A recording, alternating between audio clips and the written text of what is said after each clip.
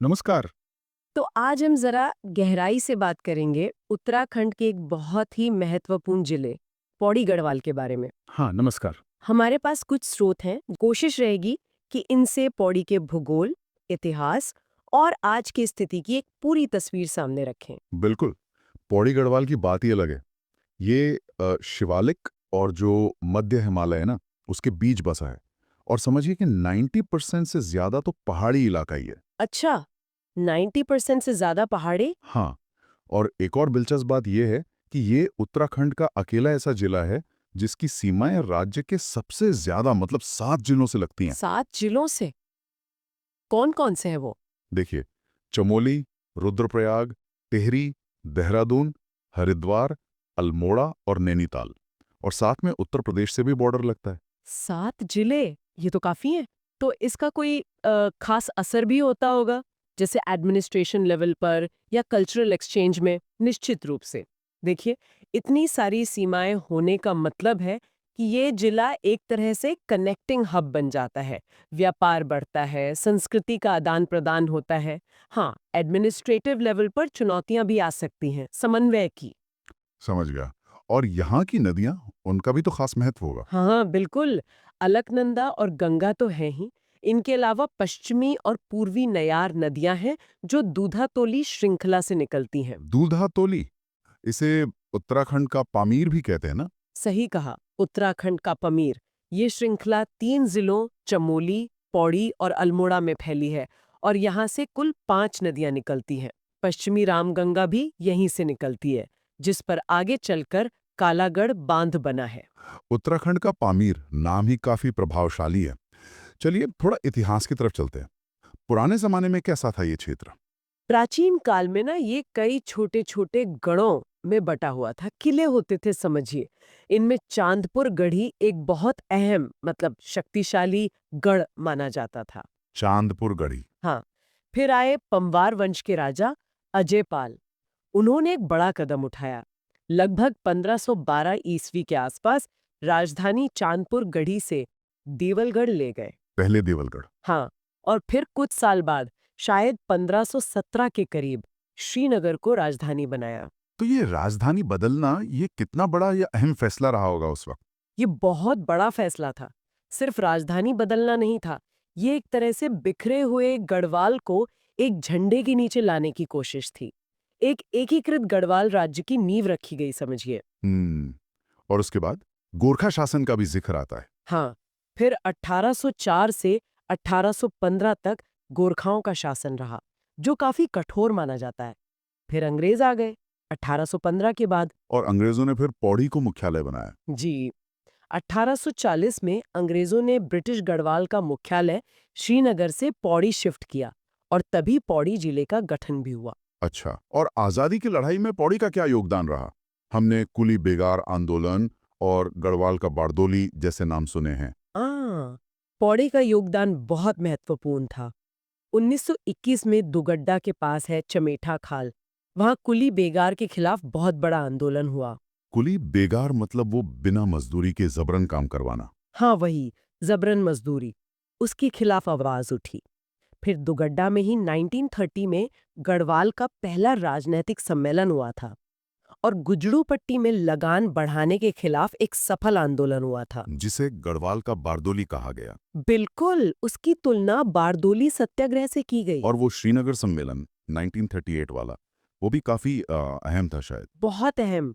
जवाहरलाल नेहरू ने अध्यक्षता की थी उसकी और उसी सम्मेलन में पहली बार अलग उत्तराखंड राज्य की मांग उठी थी। तो ये एक तरह से भविष्य के राज्य आंदोलन का बीज था। वाकई इतिहास तो काफी गहरा है। इसकी छाप आज पौड़ी के शहरों और कस्बों पर जरूर दिखती होगी। कुछ खास जगहों की बात करें, जैसे कोटद्वार। हाँ, कोटद्वार। इसे गढ़वाल का प्रवेश द्वार कहते हैं। खोह नदी के किनारे बसा है।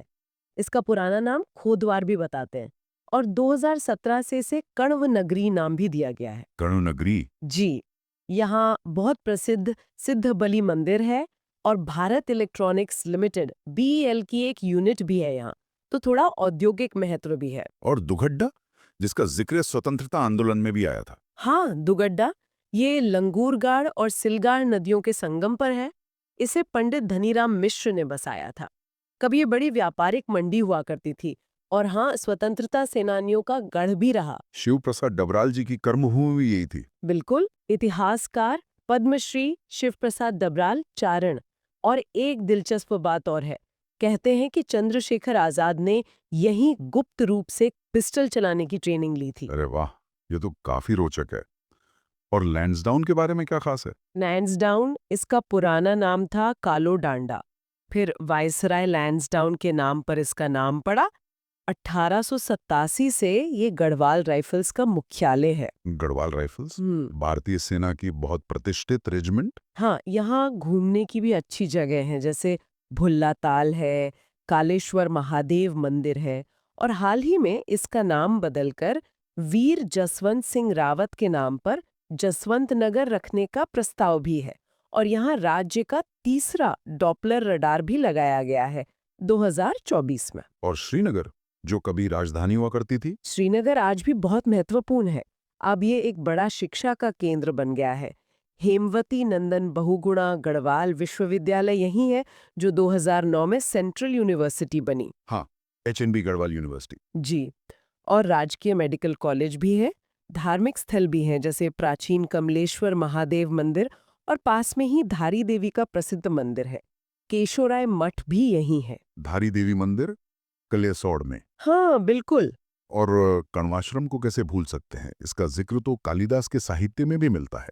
सही कहा आपने। मालिनी नदी के किनारे हेमकूट और मणिकूट पर्वतों के बीच यही वो जगह है जहां माना जाता है कि कालिदास ने अभिज्ञान शाकुंतलम लिखा था। और सम्राट भरत का जन्म भी यहीं हुआ था। हाँ, ऐसी मान्यता है। तो सांस्कृतिक रूप से ये जगह बहुत ज्यादा महत्वपूर्ण है, और इसे 2023 का ट्रैक ऑफ द ईयर भी घोषित किया गया था। इससे पर्यटन को बढ़ावा मिलेगा। वाह। अच्छा, संस्कृति की बात चली है तो यहाँ के मंदिर और मेले भी काफी मशहूर हैं ना। हाँ, पौड़ी में मंदिरों की भरमार है। श्रीनगर का कमलेश्वर मंदिर तो है ही, जहाँ बैकुंठ चतुर्दशी का मेला लगता है। फिर कोटद्वार का सिद्धबली मंदिर, पौड़ी शहर में क्योंकालेश्वर मंदिर, नीलकंठ महादेव और ज्वाल्पा देवी मंदिर भी बहुत प्रसिद्ध हैं। ज्वाल्पा देवी, ये बोक्सा जनजाति की पूज्य देवी मानी जाती हैं। हाँ, बुक्सा जनजाति की कुल देवी मानी जाती हैं। और बिनसर महादेव, तारकेश्वर महादेव मंदिर भी प्रमुख है। मेलों की बात करें तो यमकेश्वर में गिंदी मेला लगता है, जो काफी अनोखा है। गिंदी मेला, इसे सात खून माफ मेला भी कहते हैं, ऐसा सुना है। हाँ, स्थानीय तौर पर ऐसा कह देते हैं। और सतपुरी का दंगल मेला भी बहुत मशहूर है। डांडा नागराजा मेला भी लगता है। काफी जीवंत संस्कृति है। अब जरा आधुनिक संस्थानों पर आते हैं। शिक्षा में तो यूनिवर्सिटीज और कॉलेज हैं ही। हाँ, HNB Garhwal central university, medical college, NIT Srinagar के अलावा भरसार में वीर चंद्र सिंह गढ़वाली औद्योगिकी एवं वानिकी विश्वविद्यालय है, और घुड़दौड़ी में GB पंत इंजीनियरिंग कॉलेज। ये सब उच्च शिक्षा के बड़े केंद्र हैं। और रिसर्च वगैरह के लिए? उसके लिए भी श्रीनगर में ही उच्च स्थलीय पौध शोध संस्थान है, और हिमालय पुरातत्व एवं नृवंश संग्रहालय भी। और आजकल की कुछ खास पहले? हाँ, कुछ नई चीजें भी हो रही हैं। जैसे पौड़ी में देश के पहले CDS जनरल बिपिन रावत के नाम पर एक माउंटेन म्यूजियम और तारामंडल बनाने की योजना है। लैंसडाउन में दरबान सिंह संग्रहालय है। कोटद्वार में सिगड़ी ग्रोथ सेंटर विकसित किया जा रहा है। और पलायन एक बड़ी समस्या है पहाड़ों में, तो पलायन निवारण आयोग का मुख्यालय भी पौड़ी में ही बनाया गया है। हाँ, पलायन आयोग, ये तो बहुत जरूरी पहल है। और रांसी स्टेडियम का नाम भी बदला गया है शायद। हाँ, रांसी स्टेडियम का नाम वीर जसवंत सिंह रावत के नाम पर रखा गया है। और एक और बात, प्रधानमंत्री मातृत्व वंदना योजना के क्रियान्वयन में पौड़ी जिले को प्रथम स्थान मिला था। तो कुल मिलाकर देखें, पौड़ी गढ़वाल एक ऐसा जिला है जहां इतिहास है, प्रकृति है, गहरी संस्कृति है, और साथ ही आधुनिक विकास की तरफ कदम भी बढ़ाए जा रहे हैं। प्राचीन गढ़ों से लेकर सेंट्रल यूनिवर्सिटी और रिसर्च सेंटर तक बहुत कुछ है यहाँ। बिल्कुल, इसका अतीत बहुत गौरवशाली रहा है, और वर्तमान भी तमाम चुनौतियों के बावजूद संभावनाओं से भरा हुआ है। चाहे वो आज़ादी की लड़ाई की विरासत हो, गढ़वाल राइफल्स का शौर्य हो, या फिर आज की शिक्षण संस्थान हो। सही कहा। और जाते जाते एक सवाल मन में आता है जिस पर शायद हम सबको और श्रोताओं को भी सोचना चाहिए, हाँ, जरूर। कि जैसे जैसे पौड़ी गढ़वाल जैसे ऐतिहासिक और प्राकृतिक रूप से इतने समृद्ध क्षेत्र आधुनिक विकास की तरफ बढ़ रहे हैं, तो इस विकास को इसकी जो अपनी अनूठी पहचान है, जो विरासत है, उसके संरक्षण के साथ कैसे बैलेंस किया जा सकता है? ये वाकई एक बहुत जरूरी और अहम सवाल है। इस पर लगातार सोचने और सही योजना बनाने की जरूरत है। संतुलन साधना ही सबसे बड़ी चुनौती है। बिल्कुल। इस गहरी और दिलचस्प चर्चा में शामिल होने के लिए आपका बहुत-बहुत धन्यवाद। धन्यवाद।